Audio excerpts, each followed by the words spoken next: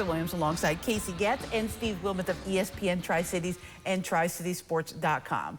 I don't really want to talk much about the standings this week. It was not a good week for everyone.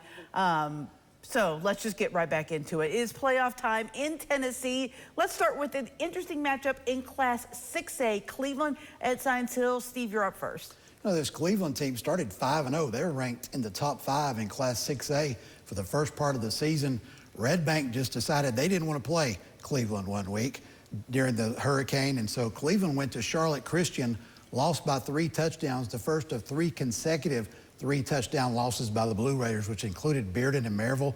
Came back, got a 1-point win over Bradley Central, a win over Hardin Valley. I'm not sure that has convinced me enough that Cleveland back to playing the same brand of football they were in the first half of the season. Science Hill advances. Steve, one of your favorites is common opponents. You look at how both of these teams did against Maryville. Science Hill played Maryville much better, much closer than Cleveland did. I'll take the toppers.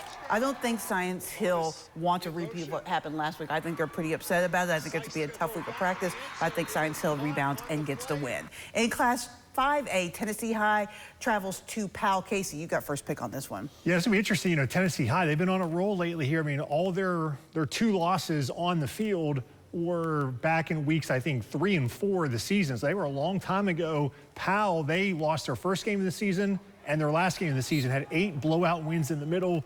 Going down there, usually teams up here don't fare well going to Knoxville. I'm going to take Powell. They just have a little more playoff success recently than Tennessee High has had. The defensive line for Powell is the difference here. They've got a SEC type caliber defensive line size-wise.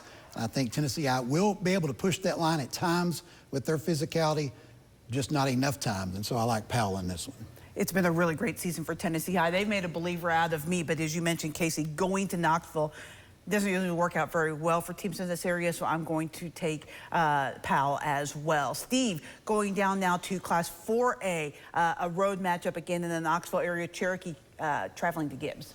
Yeah, Gibbs last week in its win over Fulton ran the football 65 of 69 plays. Gibbs got back to doing what Gibbs does, and that's run the football, playing good defense, held that Fulton passing attack to just 43 yards last week, and so the Cherokee offense is really going to be challenged. They're not going to have many opportunities with the way Gibbs runs the football and defends the pass, so I like Gibbs here. Cherokee, their best regular season in 20 years, just 2 losses to Greeneville and Elizabethton, but taking that next step, having wins in the playoffs, I think it'll be a little harder to come by.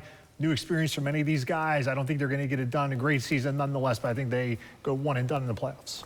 Take my comments on the previous game, just copy them and paste them down here. Great season for them, but going on the road to Knoxville's tough. I'll make it a clean sweep. Casey, now in Class 3A, an interesting matchup, Austin East at Johnson County. Yeah, certainly Johnson County starting 8-0. They lose their last 2 games. They still get a home playoff game. I was impressed, even though they lost to Unicoi County last week, only allowing 10 points to the Blue Devils offense. But I wonder, can Johnson County score enough in this game? I think they can play keep away long enough against an Austin East team who may make a lot of exciting plays, but also may make many mistakes. I think Johnson County wins a close one over the Roadrunners. Yeah, Austin East lost the first 7 games of the season and only scored 36 points in those first 6 losses. I think Johnson County learning to still play without Juan Mejia, of course. Defensively, Sam Kretzinger and that company, they got some good defenders on that side of the football. I think Johnson County's defense does enough to win this one. So Austin East is an incredibly athletic team. They always are. And they give teams from this area fits because they don't see athletes like this all year long. I think it's going to be tough for Johnson County without Juan Mejia. I hate to do it, but I'm going to be the dissenter here. I'm going to take Austin East in this one. In Class 2A, Polk County traveling to Happy Valley. Steve, you got the first pick. Nice. You don't like to pick against those incoming teams, do we? I don't like to, but yes, I did it. Well, speaking of incoming teams, look at this Polk County team. 4-6 on the year. Do not be deceived by that. Okay, the Wildcats lost to Class 5A Walker Valley, which has been in and out of the top 10 in Class 5A all year. Also lost to 3A McMinn Central, 3A Meigs County, which has been in the top 10 all year until knocked out this week. I'm going to follow Heather's lead here, and I'm going to take the incoming squad. I think Polk County comes in, and maybe some would consider this an upset, but I'll take the Wildcats here at Happy Valley. Yeah, Steve and I pulled up their schedule, and I'm like, well, okay, that's a bigger school. That's a bigger school. And look at the there's quality losses, I guess you can say. Happy Valley, the home team, but I don't think home field is going to be enough for the Warriors. I think Polk County gets this road win as well. I love the Warriors so much, but I'm going to sadly making a clean sweep against the home team. My heart is hurting right now because I don't like picking against our local schools, but fortunately here we are, and this might be another one because there's a tough test for North Greene this week, Casey, with Harriman coming to town. Yeah, I think you're right, Heather. Harriman, obviously, North Greene getting a home playoff game is fantastic. The way the season started for them before the season, they would have taken that 100 times out of 100, but Harriman's been there before, and they get the road win. Yeah, Grayson Price is a name you need to remember here for Harriman. Rushed for 1,637 yards and 20 touchdowns in the first 9 games. And I just think this game too tough. I'll take another incoming team. I hate to do it like you guys, but I'm going to take Harriman here. So I was at that Cosby North Greene game on Friday, and it just seemed like the moment was a little big for North Greene. They haven't really been in that situation before, and unfortunately this is another big situation that they haven't been in. I'm going to make it a clean sweep and pick against North Greene. Sorry, guys. All right, welcome into our exclusive YouTube picks part of the show. We are going to go back to the Tennessee games that we haven't picked in just a second, but let's switch our attention, Casey, to the Virginia side and a big game at Gate City between Ridgeview and Gate City. Yeah, not a lot of big marquee games on the Virginia side in this final week of the regular season, but Heather, you said this is one of them right here. And I look at every Monday when those power rankings come out, see whether Ridgeview is number 3, Gate City is number 5. So you figure if Gate City can get this win, maybe they get a move up to get a home playoff game, potentially. Ridgeview trying to stay where they can get. If they lose, do they drop out of getting a home playoff game? Ridgeview's coming off their bye week. The way they played Abington a couple weeks ago, I think that is considering what Abington did to Union last week, give that a check mark for Ridgeview. I think Ridgeview goes to Gate City, gets a win, low scoring affair, but I think Ridgeview gets the win. Definitely low scoring. Abington only scored 30 points combined in their 2 games against these 2 squads. You look at the standings, both teams 3-2.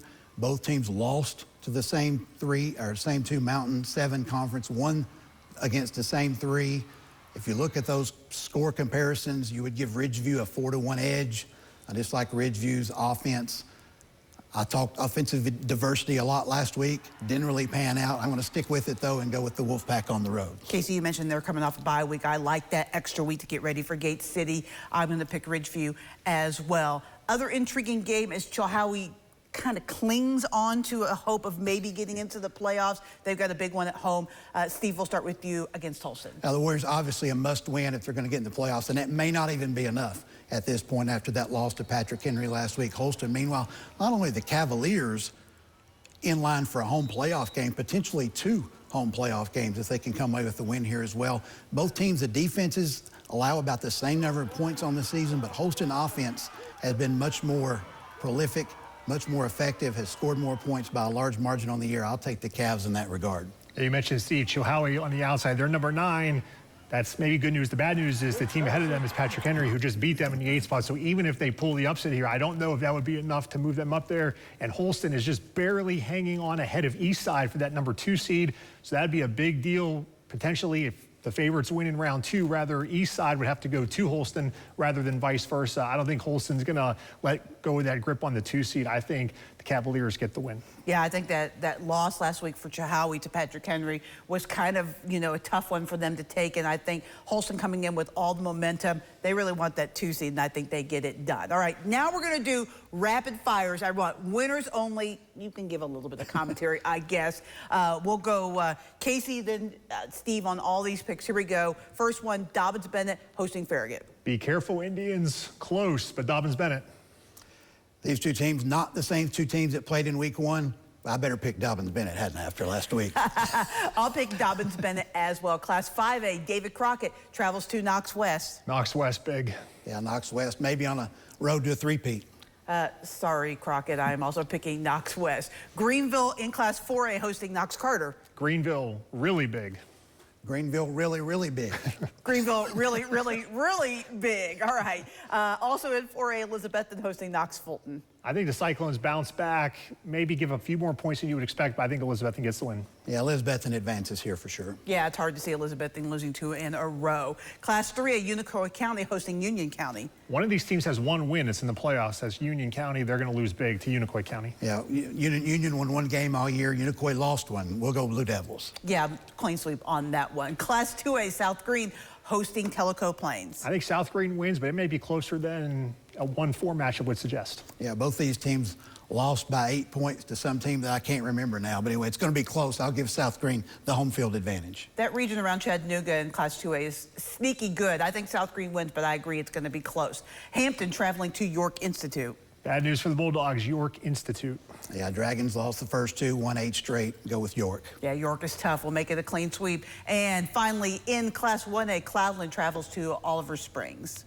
Not often you say that in the first round. Cloudland traveling, that's going to be the difference. They lose to Oliver Springs. Yeah, Oliver Springs been in the top 5 all year. I'll take Oliver Springs. Tough year for Cloudland. They rebounded nicely to make the playoffs, but I will go with Oliver Springs as well. And the rapid fire round is over. Big night high school sports. Make sure you tune in to Friday night at 11:15 for all your scores and highlights.